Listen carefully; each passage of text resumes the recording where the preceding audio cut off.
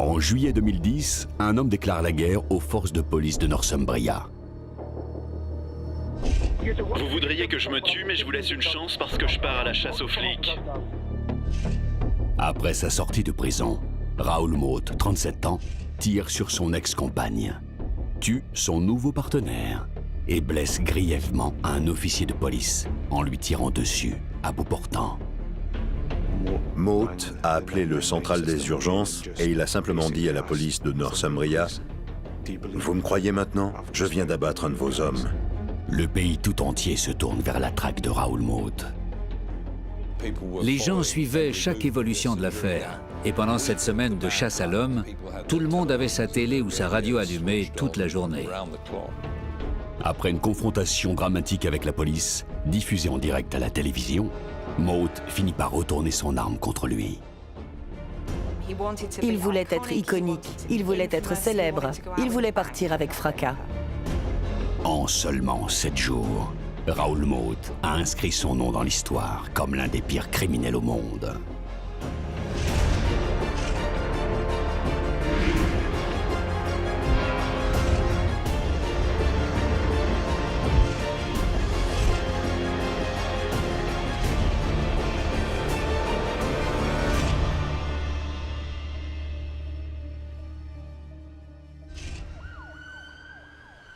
C'est une histoire qui a fasciné la nation. Aux premières heures du samedi 10 juillet 2010, Raoul Moat, 37 ans, se donne la mort après une confrontation de 6 heures avec la police de Northumbria. L'une des plus grandes chasses à l'homme du Royaume-Uni touchait dramatiquement à sa fin. Moat était en fuite depuis 7 jours après avoir grièvement blessé son ancienne compagne et tué le petit ami de cette dernière. Il avait déclaré la guerre à la police et abattu un officier en uniforme. Moat était armé, plein de rage et extrêmement dangereux. Jim Napier était l'inspecteur en chef de la police de Northumbria. Il était clair que son intention n'était pas seulement de s'en prendre à son ancienne conjointe et son compagnon. Selon ses propres termes, il visait aussi les officiers de police. Il était évident que la menace avait pris une toute autre ampleur. On a dû faire venir plus d'officiers armés en soutien de la traque visant à arrêter Moat, parce que tout ce qu'on voulait, c'était le retrouver et l'arrêter pour qu'il soit jugé pour ses crimes. Il lance beaucoup de menaces. Il dit « C'est fini, vous m'avez pris ma vie, je vais prendre la vôtre ». C'est une vraie vendetta contre la police. Concrètement, il dit « Si je fais ça, c'est parce que j'en ai le droit. Alors prenez-moi au sérieux ». Jeremy Thompson, ancien présentateur pour Sky News, a suivi l'affaire jour après jour. C'était en juillet, au début de l'été, et il n'y avait pas beaucoup d'autres histoires. Une affaire peut soudainement accaparer et dominer toutes les infos. Comme il n'y avait rien d'autre, tous les médias d'information ont envoyé leurs journalistes à Newcastle pour en savoir plus sur cette histoire et sur l'homme que la police suspectait d'être derrière tout ça, Raoul Moat. L'histoire de ce tueur commence il y a plus de 40 ans. Raoul Moat est né le 17 juin 1973 à Gateshead, au nord-est de l'Angleterre. Il a été élevé en grande partie par sa grand-mère. Sa mère avait des problèmes psychiatriques, mais elle vivait dans le coin. Il était quand même en contact avec elle. Mais cela n'avait rien d'extraordinaire. Beaucoup de familles doivent vivre avec ce genre de situation. Au cours des années 70 et 80, le nord-est de l'Angleterre subit un déclin économique.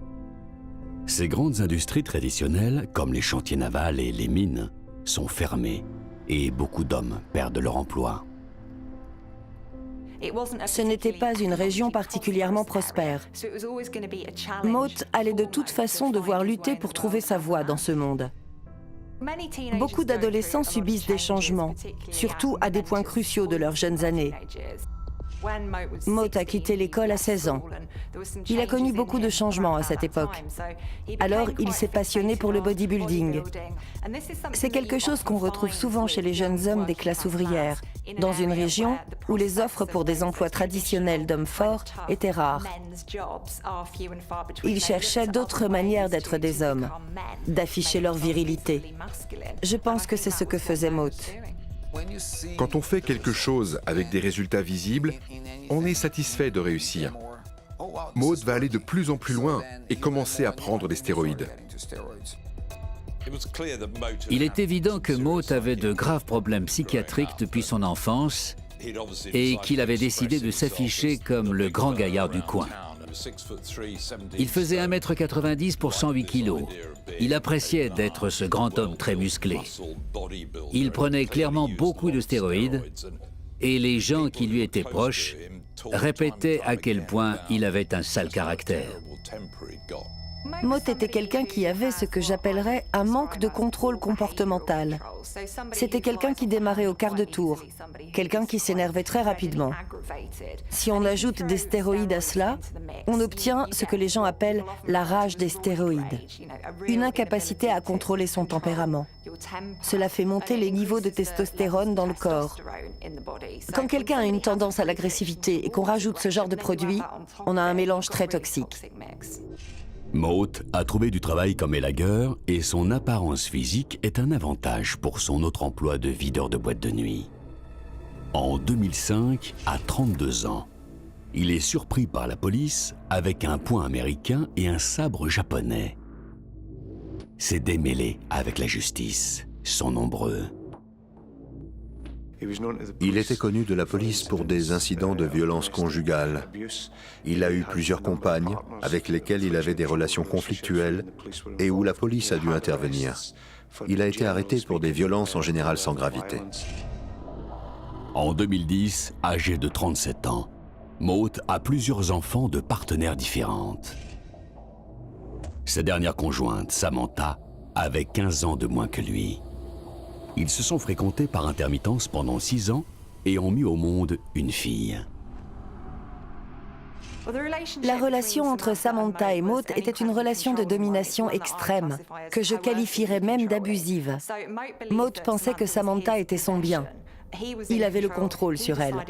Il décidait de tout et elle devait l'accepter sans se plaindre. Il fallait jouer selon ses règles à lui. Tout tournait autour de lui. Il voulait tout contrôler. Il contrôlait ses déplacements, ce qu'elle avait le droit d'acheter ou non, ce qu'elle faisait, à qui elle parlait au téléphone.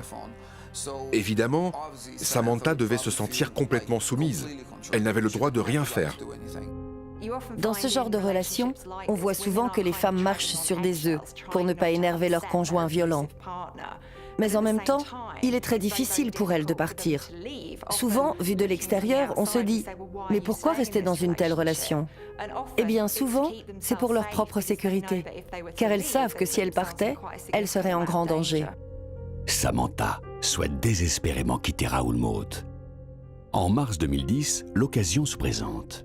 Maud est inculpée pour agression et condamnée à 16 semaines d'incarcération à la prison de Durham. Mais cela ne fera qu'aggraver sa colère. Je ne suis pas psychologue, mais pour moi, c'était clair que Maud était une sorte de psychopathe. Il accusait toujours les autres pour ses mauvaises actions. Tous les autres étaient responsables. Les services sociaux avaient tort, ses avocats avaient tort pour l'avoir mal conseillé, et la police le harcelait. Il renvoie toujours la faute sur quelqu'un d'autre, parce qu'il estime qu'il ne peut rien faire de mal. C'est un trait classique d'une personne narcissique. En mars 2010, Raoul Maud est emprisonné. Mais c'est un homme rancunier et il cherche à se venger. Au cours des 6 dernières années, il était dans une relation discontinue avec sa conjointe de 22 ans, Samantha. L'incarcération de Mote a eu un impact très important sur sa relation avec Samantha. Pour un homme tel que lui, il est primordial d'avoir le contrôle tout le temps, surtout dans ses relations personnelles. Et quand on l'écarte de cette relation, il doit faire beaucoup d'efforts pour garder le contrôle. Il téléphone souvent à Samantha et il demande à un de ses amis de la suivre et de la surveiller. Quand Mote était en prison, Samantha est restée en contact avec lui. Il faut garder en tête que Samantha et Raoul Mote ont été séparés durant la majeure partie de l'année. Mais il était le père de sa fille et elle est restée en contact avec lui pour le bien de l'enfant. Samantha tente de convaincre Mote au téléphone que leur relation est finie. Mais Mote fait la sourde oreille. Elle avait sans doute peur de lui. Tout le monde aurait peur si un homme aussi costaud disait « C'est moi qui décide, et si tu ne fais pas ce que je dis, je vais finir par te blesser ». Elle ne savait pas comment s'en sortir. Cet emprisonnement, pour elle, c'était une chance inespérée. Elle était enfin débarrassée de lui.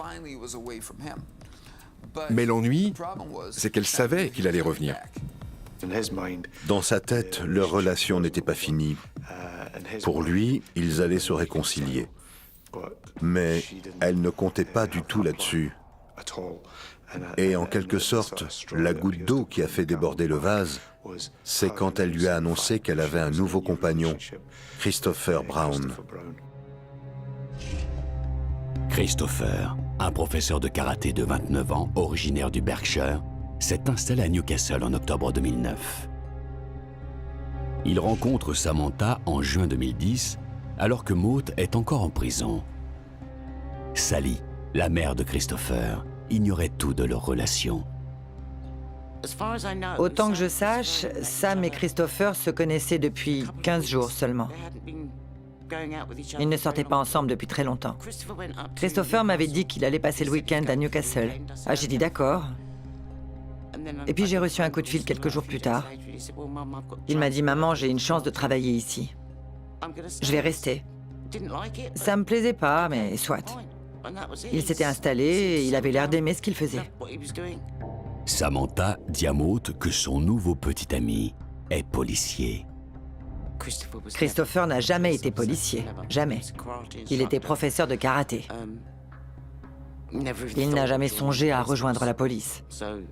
Je pense qu'elle cherchait juste à décourager Mote. Je ne vois pas d'autre raison de lui avoir dit ça. Elle a menti à Mote parce qu'elle avait peur de lui. Elle savait que lorsqu'il sortirait de prison, il l'aurait retrouvé, elle et son petit ami. Elle lui a dit qu'il était officier de police, parce que ça intimide les gens. Elle lui a dit aussi qu'il enseignait le karaté et qu'il était ceinture noire. Les périodes de séparation sont des moments très risqués pour les gens qui sortent d'une relation abusive, car le partenaire violent a perdu tout contrôle à ce moment-là. La victime a repris du pouvoir et gagné de l'autorité sur sa propre vie. L'agresseur déteste ça, et il va prendre des mesures drastiques pour reprendre le contrôle. La seule chose qu'il attendait avec impatience, c'est retrouver Sam, la personne qu'il aimait, et elle l'a privé de ça. C'est ce qui va finir par le faire bouillir de rage. Il ne fait aucun doute que ces conversations, pendant que Mote était à la prison de Durham, ont été l'étincelle qui ont allumé le brasier qu'allait devenir Raoul Mote. Mote ne contrôle plus sa colère. Il est décidé à tuer Christopher Brown dès sa remise en liberté. Pour l'assister, il fait appel à un ami, Carl Ness. Mote a commencé à tout planifier quand il était en prison. Il a recruté Carl Ness pour garder un œil sur Samantha et faire ce qu'on appelle de la surveillance, en observant sa maison et en relevant qui entrait et sortait, en identifiant les véhicules et en se renseignant sur son nouveau compagnon. Le jeudi 1er juillet 2010, Raoul Mote, 37 ans, est libéré de prison. Il ne perd pas de temps. Il parvient à obtenir un fusil, probablement grâce à Carl Ness. Mote a planifié son crime de façon méticuleuse. Il a pris son temps pour identifier le professeur de karaté, c'est-à-dire Christopher, en passant des appels au centre sportif, au club d'arts martiaux. Ils sont même allés jusqu'à refaire les trajets qu'il allait prendre le soir du meurtre. Ils ont fait une répétition pour leur crime, en quelque sorte. Le vendredi 2 juillet, le personnel de la prison de Durham avertit la police de Northumbria que Maud pourrait représenter un danger pour Samantha. Malheureusement, aucune mesure n'est prise. Le même jour, Maud est aperçue à Newcastle, arborant une crête d'Iroquois. Plus tard ce soir-là, Carl Ness conduit Maud à Gateshead, où Samantha et Christopher passent la soirée. Maud s'est fait déposer près de l'adresse des hôtes de Christopher et Samantha. Il a pu s'infiltrer et se cacher sous la fenêtre à côté de la porte d'entrée, d'où il a pu les écouter parce qu'on était en juillet, il faisait chaud et la fenêtre était ouverte. Il entendait des gens parler et discuter, et il attrapait au vol certaines phrases qui parlaient de lui, ou du moins ce qu'il pensait le concerner. Alors il a envoyé des messages à son ami Ness pour exprimer toute sa colère et sa frustration à cause de ce qu'il entendait. Il n'arrête pas, ça m'énerve, il se défoule. Il n'est pas rare de voir ce genre de choses chez les narcissiques. Ils veulent un public à leurs plaintes et à leurs diatribes. Ils veulent une confirmation, ils veulent que les autres soient d'accord avec eux et disent « tu as raison ». Maud attend en silence devant la maison. Vers 2h30 du matin, Samantha et Christopher sont partis. Quand ils ont passé la porte d'entrée, Maud s'est levé. Il était manifestement armé et sans aucune sommation, il a immédiatement tiré sur Christopher. Christopher a commencé à s'enfuir. Alors qu'il tentait de courir dans le jardin, Maud lui a encore tiré dessus, ce qui l'a fait tomber à terre. Puis Maud s'est approchée tranquillement, a rechargé son fusil, devant témoin, et a tiré une troisième fois. Christopher est mort. Ce n'était rien d'autre qu'un assassinat froid et calculé. C'est une exécution publique. Maud s'est servi d'un fusil à canoncier pour tirer sur Christopher Brown à bout portant. Quand on tire à courte portée avec un fusil, même avec des plombs petits, une grande masse va rentrer dans le corps, qui va lacérer les principaux organes et vaisseaux sanguins, ce qui est presque assurément fatal. Pour causer un maximum de dégâts, Maud a chargé son fusil de plomb de pêche. Ils sont plus gros, plus lourds et font plus de dégâts, ce qui rend les déflagrations encore plus mortelles. Christopher n'avait aucune chance de survivre. Mais au milieu de l'horreur qui se déroule devant ses yeux, Samantha réussit à retourner dans la maison pour s'y réfugier. Après avoir tué Chris, il s'est retourné et s'est dirigé vers la maison d'où ils étaient sortis. Il voyait clairement que Samantha était dans le salon. Il lui a tiré dessus en brisant la vitre et en l'atteignant à l'abdomen, provoquant des blessures graves.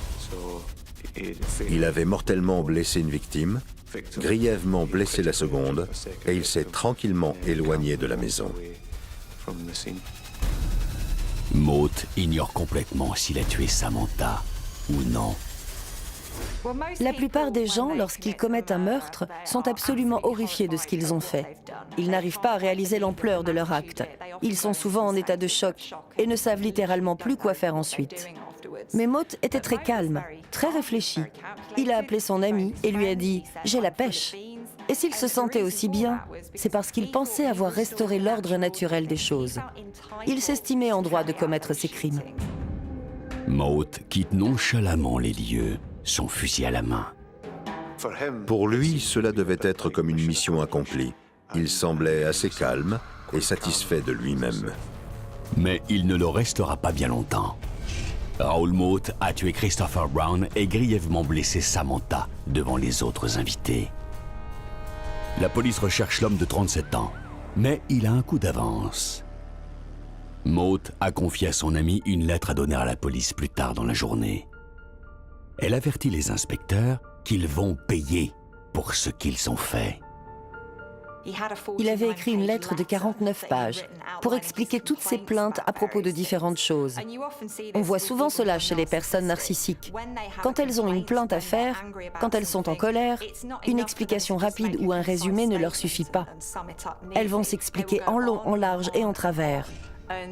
Dans ces témoignages, ces lettres, elles vont se poser en victime. Ce n'est pas ma faute. Tout le monde en a après moi. Et ça continue. C'est embelli, c'est exagéré. Maud est un narcissique typique. Le même jour, à 480 km de là, dans le Berkshire, des officiers rendent visite à Sally Brown, la mère du professeur de karaté assassiné, Christopher. C'est la police locale qui est venue me voir. Ils ont simplement dit qu'il y avait eu un incident et que Christopher était mort. Plus tard, j'ai eu l'officier de liaison de Newcastle au téléphone. Mais il n'a pas pu m'apprendre grand-chose à ce moment-là. Je crois que de toute façon, je n'écoutais pas vraiment. Tout ce que j'entendais, c'était « votre fils est mort ». C'est tout.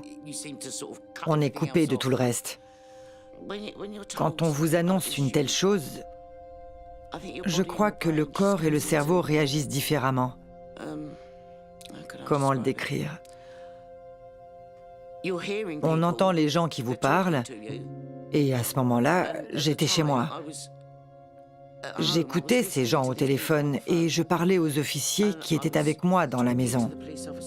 Mais j'entendais aussi ma fille hurler derrière moi. Elle était complètement hystérique. C'était un bon garçon. Un petit garçon des plus normaux. Il était très heureux, il riait tout le temps. Il offrait son aide à tout le monde. Il n'aurait jamais laissé quiconque se blesser. C'était un petit garçon. Mais après tout, je suis pas objective. C'était mon fils. Quand on perd un de ses enfants, c'est indescriptible. C'est atroce. Alors que la famille Brown fait son deuil, Raoul Moat est toujours en fuite. Sa haine envers la police ne fait que croître. Samantha lui a dit que Christopher travaillait pour eux. Il devait penser que Christopher était policier, parce que Sam le lui avait dit, alors que Christopher n'a jamais travaillé pour la police. Il enseignait le karaté. Peut-être qu'elle lui a dit ça pour le dissuader, je sais pas. L'hostilité de Moat envers la police tourne à la vendetta. Il a hâte qu'ils sachent à qui ils ont affaire. Aux premières heures du dimanche 4 juillet, après 24 heures de cavale, Moat appelle les forces de l'ordre. Je suis le tireur de la fusillade de Berkeley, je m'appelle Raoul Moat. Si je vous appelle, c'est pour vous expliquer exactement pourquoi j'ai fait ce que j'ai fait. Ma copine a eu une liaison derrière mon dos avec l'un de vos officiers. Ce type que j'ai descendu hier soir, le professeur de karaté. Salaud, ça fait des années que vous vous en prenez à moi. Vous nous avez harcelés, persécutés, vous refusez de nous laisser tranquilles. Vous vouliez que je me rende et j'allais le faire, mais j'ai appris ce qui se passait entre ma copine et ce type. Et quand j'ai découvert que c'était un de vos agents, je me suis dit que vous m'aviez fait trop souffrir. Vous attendez l'occasion de nous tuer, je sais que c'est ce que vous voulez. Non, ce n'est pas ce qu'on veut, je vous assure. Si, vous voudriez que je me tue, mais je vous laisse une chance, parce que je pars à la chasse aux flics. Raoul Moat a passé plusieurs minutes à se plaindre au téléphone pour finalement déclarer la guerre à la police de Northumbria et dire « Je vais vous avoir. Vous avez ruiné ma vie, je vais vous avoir. » Concrètement, il veut un public. Il veut vider son sac. Cet appel, ce n'est qu'un monologue où il s'apitoie sur son propre sort. Il dit à l'opératrice « Tout est de votre faute. Vous étant la police. C'est vous qui m'avez fait ça. » Tout tourne autour de lui. Il dit « Voilà les raisons pour lesquelles j'ai fait ça. Parce que j'y ai été poussé par d'autres. Je ne suis pas responsable. » Après avoir passé son appel, Moat a encore plus de haine envers la police. Koura Mawan, un de ses amis, le conduit à bord de sa voiture noire. Moat part à la chasse aux policiers. Les deux associés criminels les plus proches de Moat étaient Ness et Awan. Ils l'ont assisté dès l'instant où il est sorti de prison. 12 minutes seulement après avoir menacé la police au téléphone, Mote repère une voiture de police garée sur un rond-point près de Denton. À l'intérieur se trouve l'agent David Rasband, 42 ans. Mote s'est approché de la voiture par derrière. Il a frappé à la vitre côté passager. David s'est retourné et dès qu'il s'est tourné, Mote a tiré à travers la vitre, ce qui a atteint David en plein visage. Il s'est effondré dans la voiture. Malgré son état critique, l'agent Rasband tente d'activer le bouton d'urgence de son véhicule. Mote lui tire alors dessus une deuxième fois et repart tranquillement. Mote était dans une colère aveugle. S'il était passé devant un autre officier à moto, il l'aurait sans doute arrêté et abattu aussi. S'il y avait eu un officier dans le magasin, il lui aurait tiré dessus. Mais il n'en avait trouvé qu'un. Il aurait pu faire plus de victimes. Quand Raoul Mote a tiré sur David Rasband, cela montrait une vraie escalade dans ses crimes. Ce n'était plus entre lui et ceux qui l'avaient contrarié. C'est une agression cruelle. Les blessures de David Rasband auraient pu lui coûter la vie. Il a survécu, mais il a perdu la vue. En tant que médecin légiste, quand on nous dit que quelqu'un s'est fait tirer dessus à bout portant avec un fusil, on s'attend à pratiquer une autopsie. La personne est certainement morte. Pour moi, c'est presque un miracle que David Rasband ait survécu à ce qui lui est arrivé. On peut voir sur ces radios le nombre de petits plombs dans son crâne. Chacun aurait pu toucher une partie vitale et le tuer. On lui a tiré dessus en pleine tête. Mote appelle une nouvelle fois la police. Il est déterminé à s'assurer que les officiers sachent que c'est bien lui qui a abattu leur agent, père de 2 enfants. Environ 1 heure après l'incident, Mote a demandé à la police de Northumbria « Vous me croyez maintenant? Je viens de descendre un de vos hommes juste pour vous rappeler que je vais tous vous avoir. » À ce moment-là, ça a tout changé dans cette chasse à l'homme. Ce qui semblait être une querelle conjugale avec une issue fatale évolue rapidement en une affaire d'envergure et d'intérêt national. Jeremy Thompson présentait le journal de Sky News. En 24 heures, le policier David Rasband s'est fait tirer dessus en plein visage. Il est rare qu'un agent se fasse tirer dessus en Grande-Bretagne. L'affaire est devenue énorme. Les médias ont débarqué dans la région très rapidement. C'est devenu une chasse à l'homme sans précédent durant cette longue semaine de juillet au nord-est de l'Angleterre. La couverture médiatique était folle. Tout le monde avait sa télé ou sa radio allumée toute la journée. C'est une période difficile pour la famille Brown. Je ne pouvais plus regarder les infos, parce qu'à chaque nouveau développement, il montrait toujours la photo de Raoul Mote, parce que c'était lui qui était en fuite. Mais même après, j'ai dit à la police qu'on aurait dit que Christopher n'était qu'une statistique glissée sous le tapis. Le lendemain, le lundi 5 juillet, on apprend que Mote a posté sur sa page Facebook « J'ai tout perdu.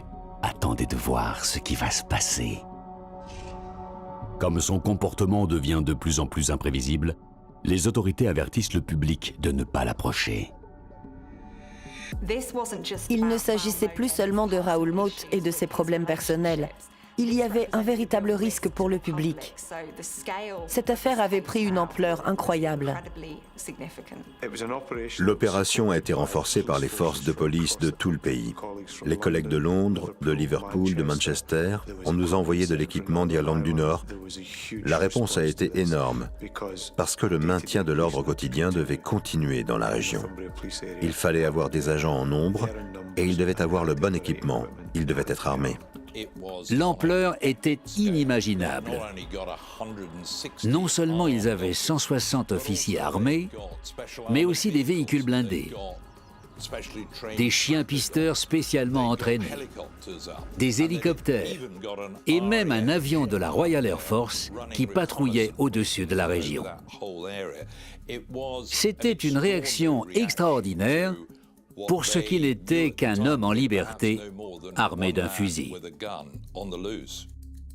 Après avoir abattu à bout portant et aveuglé David Rasband le dimanche 4 juillet, Mote disparaît des écrans radars. 2 fusillades en 24 heures, et puis plus rien. Plus d'appels, plus de messages. Il s'était évanoui dans la nature. On ne savait pas où il était. Il avait provoqué d'énormes dégâts, et puis il avait disparu. La police invite le tireur à se rendre. Mais Mote demeure en fuite, armé et extrêmement dangereux. Le 6 juillet, la voiture noire que Mote a utilisée pour attaquer l'officier Rasband est retrouvée abandonnée dans la petite ville de Rosebery, à 50 km au nord de Newcastle. La police établit une zone interdite de 3 km et invite les résidents à rester chez eux. La traque s'est alors soudainement concentrée sur une toute petite ville nommée Rosebery, tout au bord du parc national du Northumberland, une jolie petite ville sur le fleuve Coquette, entourée d'une campagne magnifique, mais très isolée. Mote devait bien la connaître et se dire qu'il pourrait échapper à la police dans cette région. Quel que soit son plan, quoi qu'il ait prévu pour narguer la police ou pour leur échapper, ça devait être sa meilleure option. Toujours aucun signe de Mote. Mais la police retrouve à Rosebery un campement abandonné et un dictaphone avec des enregistrements de Mote se plaignant des reportages médiatiques sur sa vie privée. Il exige que les reportages s'arrêtent, sans quoi il menace de s'en prendre à la population. Ça veut dire qu'il écoute tout ce qui se dit dans les médias. Il suit leurs enquêtes. Tout cela va alimenter sa colère et son sentiment d'agacement. Voilà quelqu'un qui devient de plus en plus dangereux au fur et à mesure que son ego est atteint. Le mercredi 7 juillet 2010, la police trouve une nouvelle lettre dans une tente.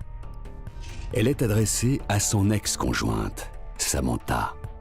Mote est dans les parages. Mais les inspecteurs n'arrivent pas à le localiser. Ils offrent une récompense de 10 000 livres pour toute information qui mènerait à sa capture.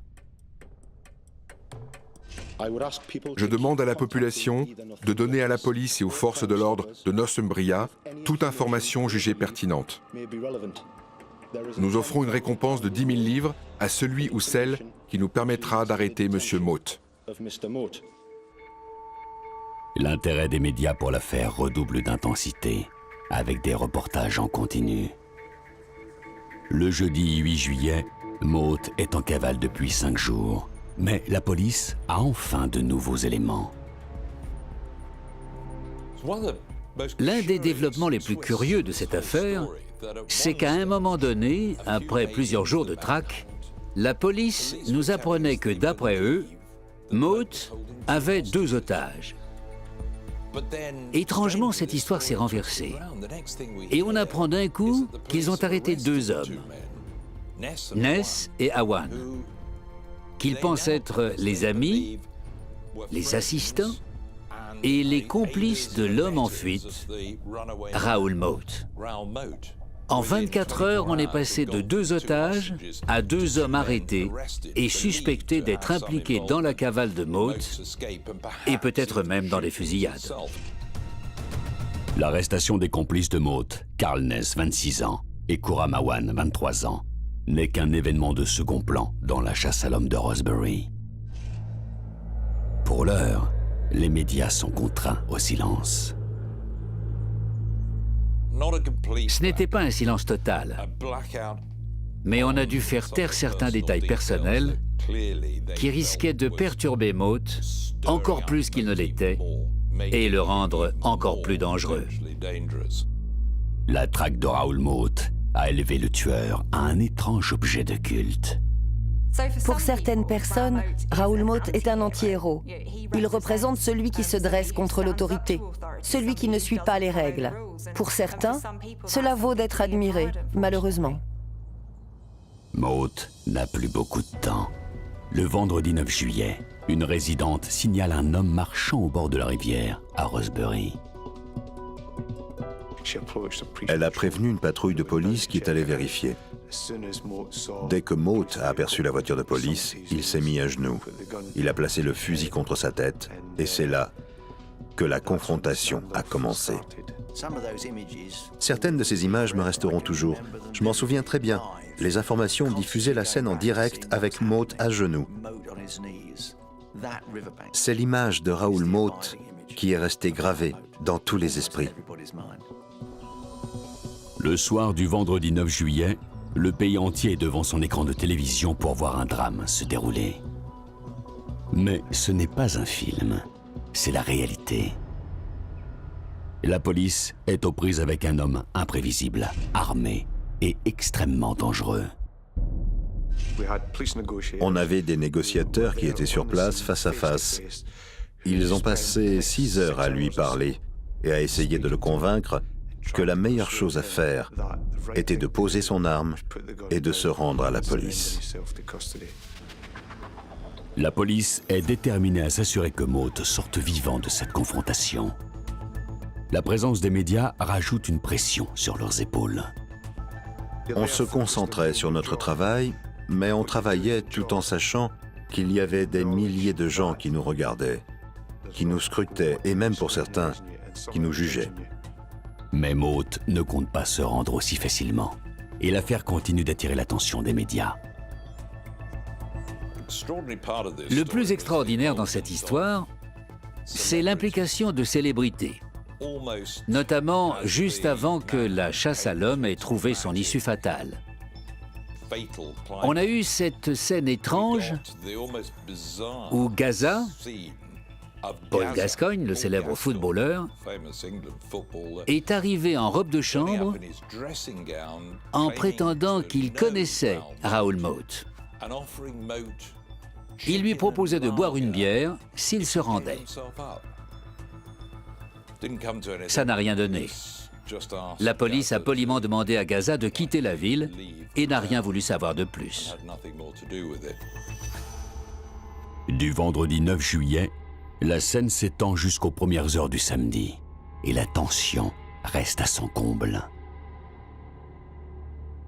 Les négociations avec Mote n'aboutissent pas et il campe sur ses positions, un fusil pointé sur lui.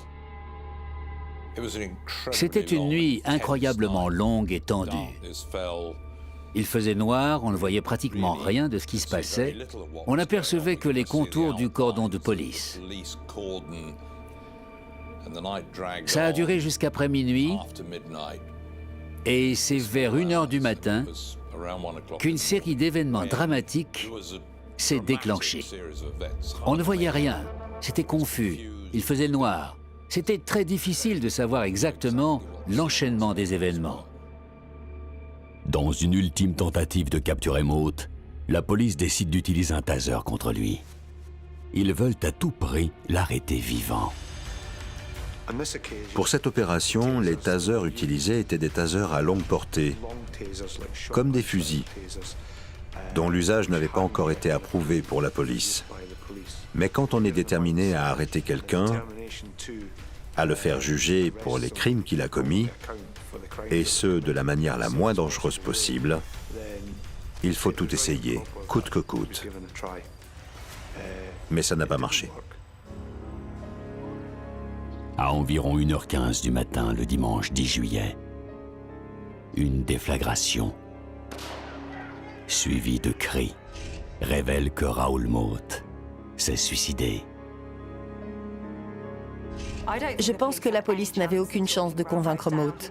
Il voulait être iconique, il voulait être célèbre, il voulait partir avec fracas. Une conclusion tragique pour une traque de 7 jours et une confrontation de 6 heures.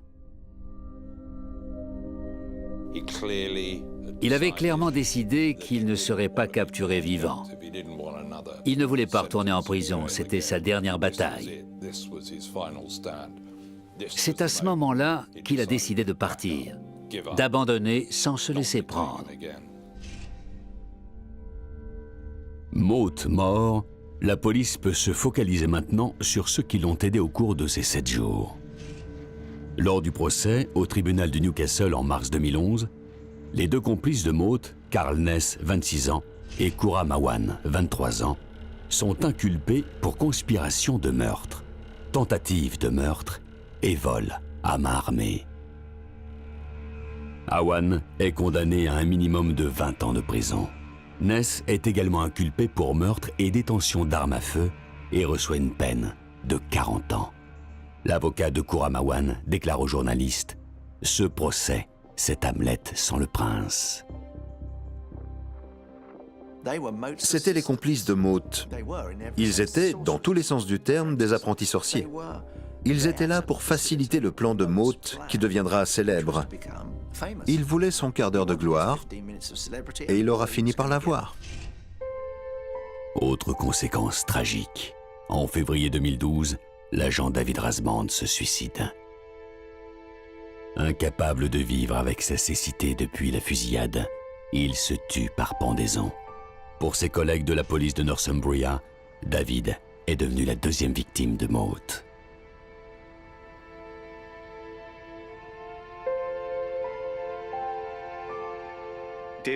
L'implication de David dans cette affaire est terrible.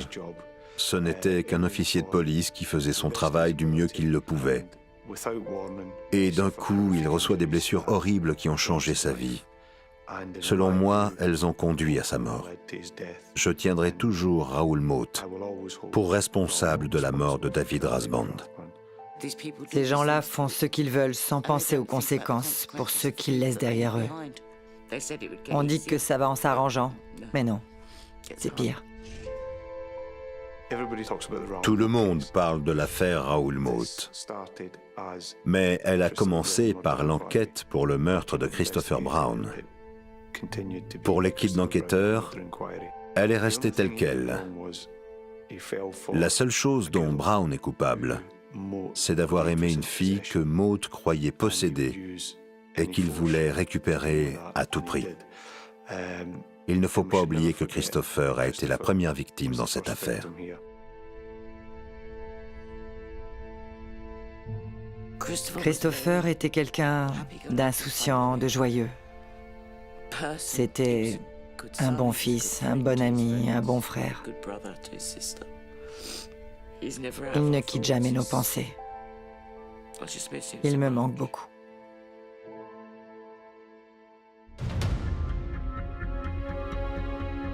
Raoul Moat était fou de rage lorsqu'il a quitté la prison de Durham le 1er juillet 2010. Mais personne n'aurait pu imaginer quels moyens il allait mettre en œuvre pour se venger de son ex-petit ami. Sa folie meurtrière a causé la mort d'un homme innocent, exécuté de sang-froid, laissé son ex-compagne traumatisée à vie et un officier de police aveugle et suicidaire. Tout cela avant de retourner son arme contre lui. À l'époque, son désir égoïste de vengeance et de notoriété a fait de lui l'homme le plus célèbre du pays et l'un des pires criminels au monde.